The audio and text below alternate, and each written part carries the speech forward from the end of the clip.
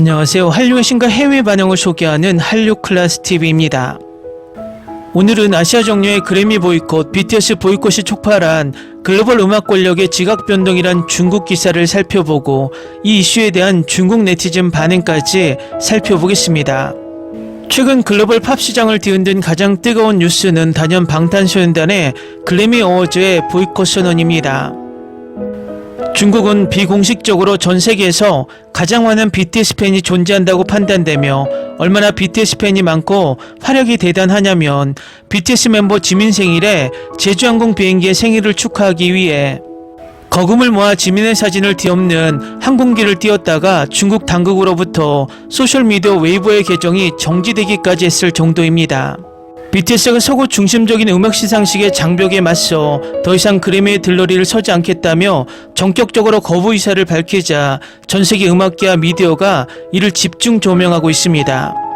특히 중국의 주요 매체들은 이번 사태를 단순한 K-팝 그룹의 시상식 불참이 아닌 서구 문화 패권주의에 대한 아시아 대중문화의 전면적 도전이자 글로벌 문화 주도권의 이동을 보여주는 상징적 사건으로 규정하며 연일 심층 분석 기사를 쏟아내고 있습니다. 중국의 대표적인 대형 포털이자 언론 매체인 네지제에 게재된 심층 분석 기사, BTS가 2026년에 하이브를 위해 실제로 얼마나 벌어들일까요를 바탕으로 중국 언론이 이번 BTS의 그래미 보이콧 사태와 그들의 경제적 문화적 영향력을 어떻게 바라보고 있는지 철저히 분석해드리겠습니다. 중국 언론이 BTS의 보이콧을 전폭적으로 지지하며 가장 날카롭게 비판하는 지점은 바로 그래미가 제안한 최고 아시안 팝 음악 퍼포먼스 부문의 신설입니다. 네지지를 비롯한 중국 언론과 관찰자망 등 평론 매체들은 문화적 격리 조치라고 강도 높게 비판했습니다. 그래미 어워즈가 앨범상, 올해의 노래상 등 이른바 4대 본상 영역에서 아시아 아티스트들의 진입을 원천 차단하기 위해 별도의 아시아인 전용 칸막이를 만들었다는 지적입니다.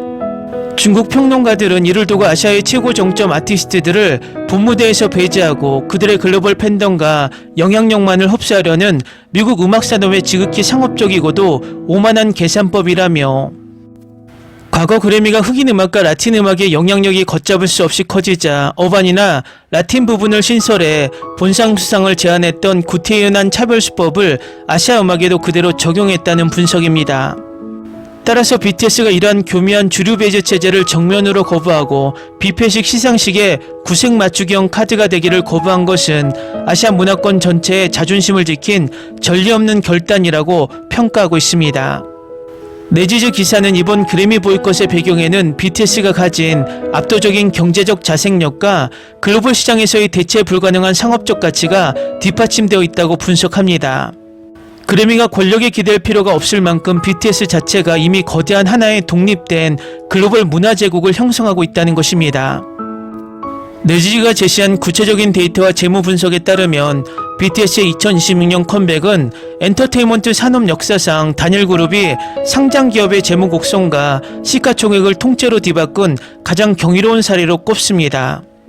빌보드, 현대차 증권 등 금융권 예측에 따르면 BTS의 2026년 글로벌 월드 투어는 전 세계에서 약 390만 명의 관객을 동원해 6억 6,400만 달러의 티켓 매출을 올릴 것으로 추산된다 보도하며 여기에 넷플릭스를 통해 전세계 24개국 1위를 차지한 복귀 콘서트 생중계 및 다큐멘터리 BTS 더 리턴 등 컨텐츠 매출 그리고 약 3억 2,500만 달러에 달하는 굿즈 및 라이센스 매출을 더하면 BTS 컴백 후 12개월간 유발되는 직간접적인 경제 총규모는 10억 달러에 육박한다고 덧붙입니다.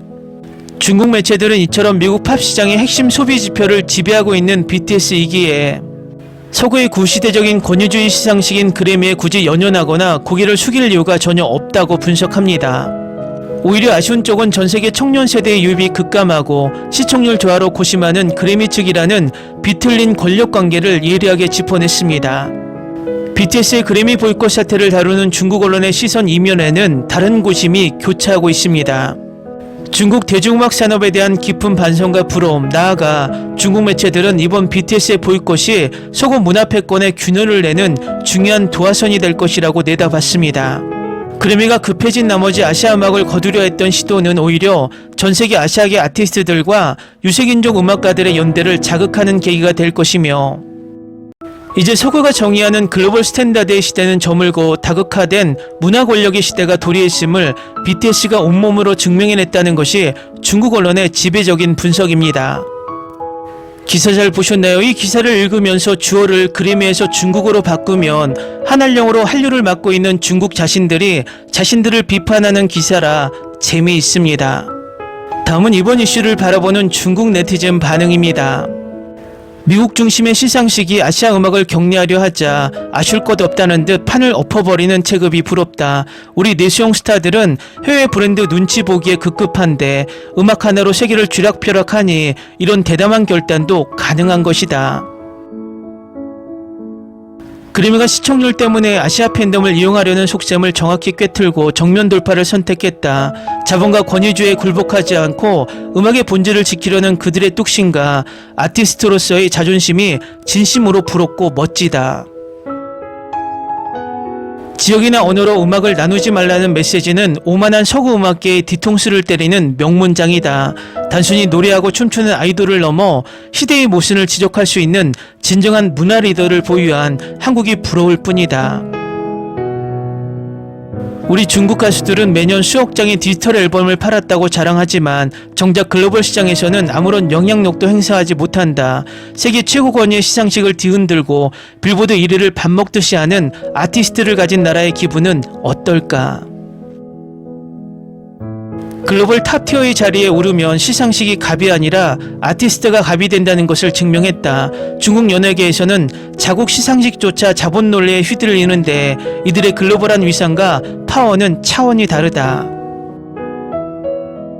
이미 전세계 스타디움을 매진시키고 12개월 동안 10억 달러의 경제 효과를 내는데 무엇이 아쉽겠는가. 석유의 인정에 목매지 않고 스스로 왕관을 써버리는 그 압도적인 자생력과 롱런의 비결이 부럽다. 7명의 멤버가 모두 솔로로도 빌보드를 찢어놓고 컴백하자마자 하이브의 적자를 흑자로 돌려놓는 상업성을 가졌다.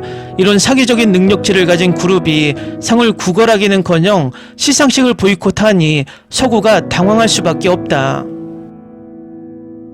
이 교묘한 차별을 아시아의 다른 아티스트들은 눈치채지 못하거나 묵인했을 텐데 BTS가 총대를 메고 걷어찼다. 아시아 전체의 자존심을 대변해 서구 패권주의 일침을 가한 그들의 기계에 박수를 보내며 한편으론 너무 부럽다.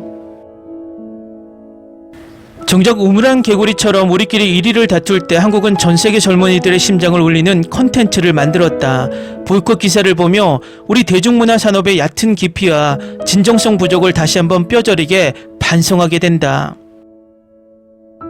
댓글 반응 잘 보셨나요? 중국 반응은 어쩐지 지금 중국의 가수들이 K-팝은 흉내내고 모방은 하지만 전 세계적으로 인정받지 못하는 상황을 한탄하는 모습입니다.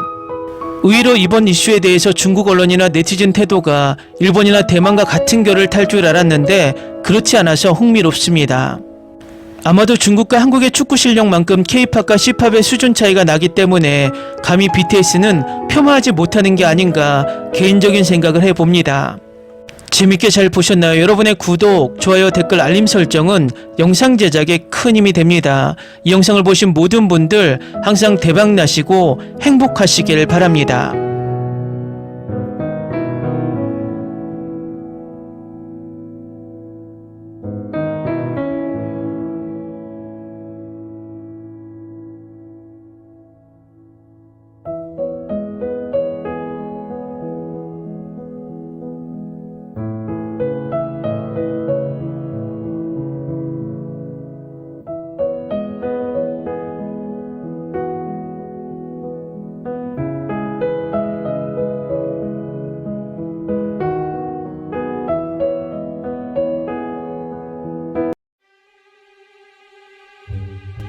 Ni se te ocurra. Olvida el ganso y los tomates. No hables de las ballenas. No es un acuario.